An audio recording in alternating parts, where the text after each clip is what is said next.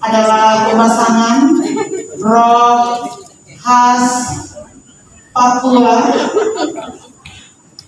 yang merupakan baju adat kebesaran untuk mama-mama Papua.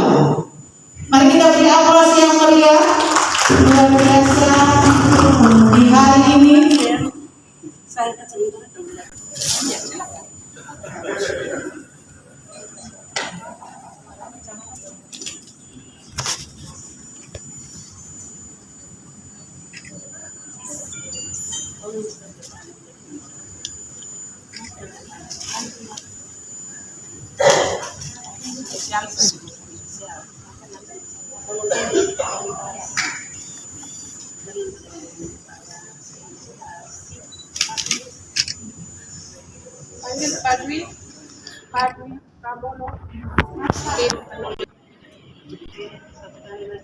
Ya, untuk Bapak diberikan tas khas Papua, yaitu tas noken, tas kebesaran warga Papua, dan juga topi mahkota. Kita beri aplaus. Pagi adalah inilah sepenuhnya Papua bersama Ibu yang termulia, Ibu Dorince Menghue SE.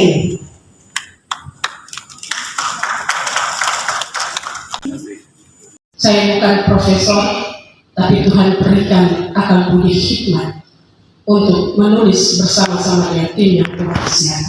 Kalau saya sendiri saja saya tidak bisa, tetapi ada tim yang Tuhan siapkan yang satu roh, yang punya beban untuk Papua, maka kami menulis buku ini sebanyak 9 bab. Sebentar Bapak Ibu bisa dibagi buku ini. Mengapa saya tulis buku ini? Buku ini saya tulis dari pengalaman kehidupan, dari pengalaman kehidupan orang banyak. Dan buku ini saya tidak tulis tentang perempuan saja, tetapi saya tulis secara umum apa yang kita alami di tanah Papua, apa yang kita rasakan, baik dari sisi pendidikan, sisi kesehatan, ekonomi, bahkan infrastruktur, dan semua. Buku ini berjumlah 9 bab. Saya tidak bicara tentang buku ini, tetapi saya hari ini bicara sebagai anggota lembaga kultur yang wajib hukumnya untuk mengangkat seluruh kekuatan aset yang dimiliki oleh tanah Papua, baik kekayaan sumber daya alamnya dan juga sumber daya manusianya. Tujuan daripada kami tulis buku sebagai official souvenir, fokus untuk PON. Saya melihat apa yang harus perempuan persembahkan untuk event negara ini. Kalau bikin noken itu mama-mama punya ruang, jangan kita sana. Kalau kita buat yang lain tidak boleh. Saya lihat, oh ini yang saya angkat supaya ini menjadi sarana promosi oleh siapapun untuk tanah Papua. Bahwa tanah Papua adalah tanah damai, tanah Papua adalah tanah izin, tanah Papua adalah tanah yang bebas dari segala macam kejahatan. Perempuan Papua adalah perempuan surga, perempuan Papua adalah perempuan tangguh. Semua saya harus angkat menulis dalam buku ini. Saya kirim artikel digarap oleh tim dengan jangka waktu 3 bulan. buku ini bisa mulai. Dan saya sudah bagikan kepada seluruh pemangku pemerintah, ada bahkan juga semua sebelum saya itu, dan saya sudah bagi. Dan berharap hari ini bisa respon, tetapi saya bersyukur hari ini yang hadir adalah orang-orang luar biasa. Karena yang hadir ini saya tegaskan bahwa yang hadir ini adalah para korban dan seluruh pembangunan yang terjadi di atas tanah Papua. 20 tahun orang Papua meneteskan air mata. 20 tahun kedua orang Papua menikmati mata air. Sekali lagi, 20 tahun sudah cukup orang Papua, baik dia laki-laki, perempuan, anak-anak, siapapun, orang-orang yang cacat, disabilitas dan semua, cukup kami cucurkan air mata. Mulai terbitnya buku ini, semua tahu bahwa Papua tanah yang kaya raya, dan kekayaannya itu jangan hanya dinikmati oleh segelintir orang. Mengapa saya tulis inilah sebelumnya? Baru sebagian kecil yang kami angkat. Dan keberadaan saya dalam lembaga itu wajib hukumnya untuk saya memberikan kontribusi kepada negara melalui karya besar ini, supaya semua orang di negara kita, bahkan di mata dunia, mereka melihat bahwa Papua adalah tanah perjanjian dan tanah yang penuh harapan untuk masa depan. Terima kasih untuk Ibu Dani yang sudah hadir. Tidak direncanakan, tapi itulah cara Tuhan. Karena kami kerja segala sesuatu dengan hati. Hari ini kita harus berjuang, diwajibkan oleh pemerintah untuk sukseskan POR. Tapi saya ingin sampaikan hari ini dan mempati. Ketika semua orang sukacita, maka suasana itu akan beda. Kalau ada sebagian yang menangis, tidak ada suasana surga di tempat ini. Sekali lagi di hadapan rekan kami, teman seperjuangan kami, perempuan pejuang, Ibu Kepala KSP, Ibu Terima, saya ingin menyatakan atas nama seluruh perempuan dan seluruh masyarakat Papua, cukup kami cucurkan air mata. Tolong alirkan mata air buat semua orang dalam fase ekonomi khusus kedua, sehingga uang itu bisa diterima oleh orang-orang di kampung untuk memperbaiki kesejahteraan mereka. Saya tidak bicara banyak, tapi hanya itu saja yang saya ingin buktikan. Dan berharap besok kami bisa diberikan kesempatan oleh panitia untuk seluruh perempuan yang hadir untuk berjumpa dengan Bapak Presiden dan Ibu Mega. Terima kasih, dan sekali lagi buku ini kami akhiri mulai bersama Tuhan dan akhiri bersama Tuhan, dan mencatat 3 bulan. Sesibuk-sibuknya kami, tapi masih ada waktu yang Tuhan kasih kita. Sekali lagi terima kasih buat kehadiran dari semua yang boleh memberikan respon terhadap penulisan buku, dan juga dalam masa riset saya boleh berjumpa dengan masyarakat Indonesia di Kabupaten Jayapura. Terima kasih, Tuhan memberkati. Dari penyampaian saya apabila ada yang kurang, mohon dapat dimaafkan. Saya rasa Papua harus dilihat dari banyak lensa, tidak bisa hanya satu lensa. Dan upaya itu sudah diawali oleh Ibu Dorinjo. Saya rasa ini adalah buku yang betul-betul menggugah kesadaran kita bahwa Papua itu haruslah dituliskan dalam tinta harapan, tidak tinta yang penuh pesimisme, kesedihan, duka mendalam. Jadi Ibu dan Bapak sekalian, saya rasa buku ini juga terbit pada waktunya. Saat momentum PON 20 ada di Papua, kita tahu bahwa momentum seperti ini tidak boleh kita lewatkan. Karena belum tentu 50 tahun atau bahkan 100 tahun momentum itu mampir di sini lagi. Kalau kita hitung-hitungan kasar, kita ada 34 provinsi dan PON itu dilakukan 4 tahun sekali. 34 kali 4 tahun itu sudah 120 tahun. Dan inilah saatnya PON ini kita gunakan untuk mempersatukan bukan hanya di Papua Barat saja, tetapi kita di Indonesia. Dan nilai-nilai itu saya rasa ada dalam buku Ibu Donice, bahwa Papua harus juga dilihat dari sisi optimisme, sisi ketangguhan, sisi keindahan yang kita tahu bahwa jarang sekali disentuh. Bahkan kalau kita bicara tentang wilayah-wilayah di Papua yang luar biasa, tidak hanya Papua, tidak hanya punya Jayapura saja, atau Sorong saja, atau Merauke saja, tapi dia memiliki hal-hal yang perlu kita gali. Dan saya rasa yang paling tahu persoalan-persoalan ini adalah kawan-kawan di Papua. Dan tentu saja seperti saya dan Pak Dwi, walaupun bukan dilahirkan di Papua dan tidak punya darah Papua, tetapi kepedulian kami saya rasa juga tidak perlu diragukan lagi. Karena bagi kami Papua adalah bagian dari Indonesia yang kita cintai bersama.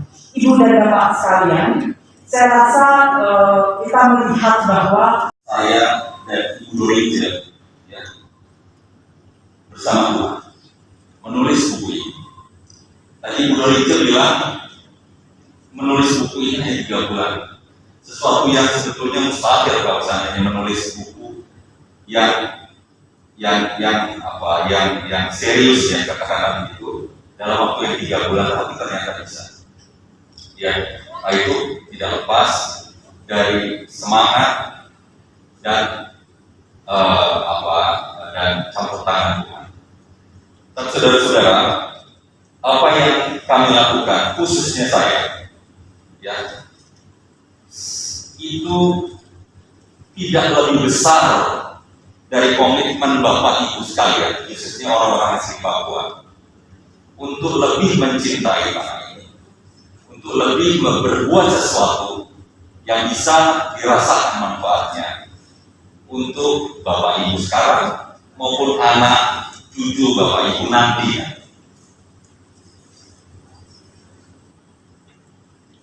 Ya, jadi kurang lebih seperti itu. Kita semua mendengar peristiwa di Kiliorok. Saya dan mungkin kita semua marah terhadap kejadian ini. Ya, setiap Jumat kami mengadakan doa. Jadi kami ada semacam ponsel gitu ya. Lalu saya diminta untuk mendoakan masalah atau apa yang terjadi di Kiliorok. Ya, saya sampaikan bahwa memang saya secara manusia, secara melihat kondisi itu marah, apalagi yang menjadi korban adalah tenaga kesehatan, bahkan sampai hari ini. Tapi apakah yang melakukan itu sebetulnya tahu apa yang mereka lakukan? Kira-kira mereka melakukan itu tahu nggak alasan? Sebegitu mudahnya mereka membunuh orang. Apakah kita memikirkan hal itu? Apakah kita memikirkan apakah bapak-bapak yang kita lihat di televisi itu tahu apa mereka melakukan itu untuk apa? Diliputi oleh rasa kebencian yang begitu mendalam. Lalu apa yang harus kita lakukan? Nah, ini yang menjadi beberapa tema yang kami percakapan Ibu Donice dan saya, sampai kita memutuskan atau mengidentifikasi setidak-tidaknya ada 9 bab, 9 tema yang seharusnya layak kita bicarakan tentang Papua. Bukan melulu hanya soal otsus, bukan melulu hanya soal dana otsus. Ya, apakah ya tadi yang peristiwa yang Kilor atau anak-anak kita tahu nggak sejarah bagaimana Papua itu sampai bergabung atau sampai ada di bagian dari NKRI? Apakah Bapak Ibu tahu perjanjian New York? Berapa negara pada saat itu di PBB yang menyetujui?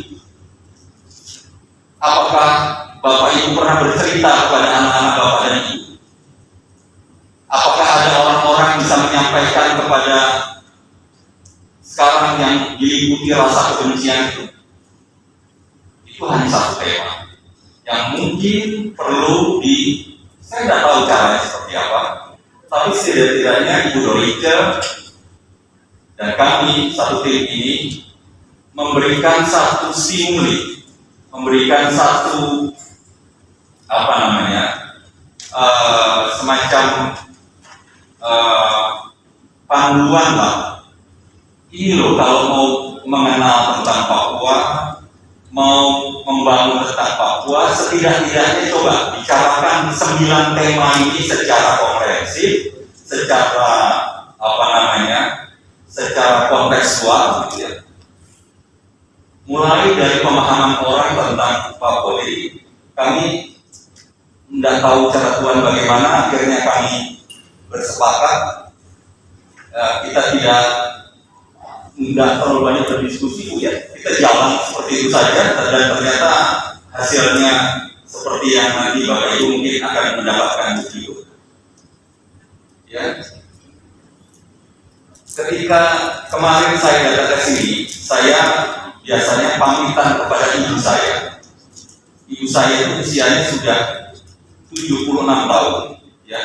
Baru 1 tahun yang lalu ditinggal oleh suami tercinta, yaitu ayah saya, sehingga dia merasa kesepian, jadi senang kalau saya ditinggal sama anak-anaknya. Lalu saya pamit kepada ibu saya, "Ma, saya mau ke Papua." Apa yang dia reaksinya? Nangis. "Loh, ngapain kamu ke Papua? Keadaannya begitu. Nanti kamu kalau di sana ditembak gimana?" Bapak Ibu tahu maksud cerita saya ini? Apa yang dikatakan oleh ibu saya? Ya, itulah menjadi, mungkin bisa menjadi perenungan bagi kita semua. Dan juga ini ada perwakilan dari pemerintah, mudah-mudahan bisa menggunakan buku ini dan juga momentum ini untuk menjadi sekedar, ini tarafnya bukan buku yang murni akademik, ya. Ya, ini hanya namanya juga sekelumit, ya, sedikit lah gitu. Tapi setidaknya bisa menjadi pintu masuk bagaimana mengenal Papua, bagaimana memahami Papua, dan bagaimana membangun Papua. Tuhan berkati. Terima kasih. Ini adalah mozaik yang diisi oleh Ibu Dorike dengan Bapak Dwi ini, perlu kita lipat gandakan rancangannya. Ibu dan Bapak sekalian, saya rasa Ibu Dorike juga sangat baik memotret bahwa tentulah kelemahan, kekurangan itu ada di sana sini. Tapi tidakkah kita sebaiknya tidak saling menyalahkan? Bukankah etos kerja bersama itu yang perlu kita rangkul dan rangkum bersama? Jadi buku ini sangat bertenaga untuk menginspirasi kita menerbitkan gagasan-gagasan baru. Dan saya sangat gembira karena buku ini tepat hadir ketika momentum Papua ada di tanah Papua ini. Sehingga inilah saatnya mengkampanyekan, menyosialisasikan, menyebarluaskan wacana-wacana penuh harapan ini bukan hanya di masyarakat Papua, tetapi juga di luar Papua. Sehingga Papua yang kita lihat adalah Papua yang penuh warna, bukan hanya satu atau dua warna saja, dan warna-warna itu adalah gabungan dari harapan banyak pihak, bukan hanya ketua adat saja, bukan hanya tokoh perempuan saja, tapi pemilik peradaban baru nanti, yaitu orang muda. Dan saya rasa orang muda Papua juga memberikan harapan baru bagi kita. Maka tanpa berpanjang lebar, saya tidak akan meneliti buku ini secara detail, karena saya yakin kalau ini buku ini dijual, belilah. Ini bukan promosi, tapi ini adalah sebagai hasutan saya kepada ibu dan bapak sekalian agar membaca buku ini setidaknya, atau paling tidak kita bisa mencermati isi-isinya dan kita menimbulkan kegembiraan kita melihat Papua dengan potret yang warna-warni yang indah, berisi bukan saja keindahan tapi kegigihan, ketangguhan. Di sana ada perempuan yang menghadapi banyak tantangan tapi tidak pernah putus asa untuk menjalani kehidupan yang lebih baik untuk orang sekitarnya. Kita di sana kita melihat bagaimana mama-mama Papua menebak harapan itu, dan saya rasa sudah saatnya buku ini bukan saja hanya ditulis oleh Ibu Dorinje, tapi ada Ibu Dorinje baru yang akan juga menuliskan buku yang kurang lebih memiliki semangat dan kurang bersama dan kecintaan terhadap Papua. Ibu dan bapak sekalian, saya sangat mengapresiasi apa yang telah ditulis oleh kedua penulisnya. Maka dengan ini kita sambut bersama launching buku, peluncuran buku karya Ibu Dorinje dan Bapak Dwi Purnomo. Inilah Sekelumit Papua. Assalamualaikum warahmatullahi wabarakatuh. Inilah Sekelumit Papua. Mengapa harus isi novel dan diarahkan kepada perwakilan pemerintah bahwa buku ini yang kami isi dalam novel adalah semua beban, harapan, serangan Papua terhadap pemerintah. Dan dengan resmi dengan nama Bapa, Anak, dan Roh Kudus, Allah pemilik Tuhan atas tanah Papua, saya dan juga saudara saya Bapak Dwi Purnomo menyerahkan kepada yang kami kasih Mama Dani Jalaswara selaku perwakilan pemerintah di Jakarta. Tuhan memberkati dan kiranya buku ini dimanfaatkan sebagai souvenir official dalam PON 20 tahun 2021.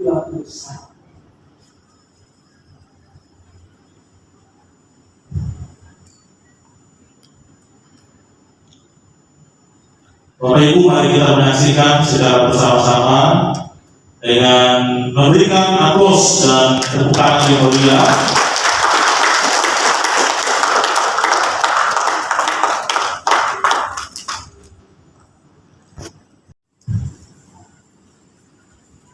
Bapak Ibu, mari kita saksikan tarian novel.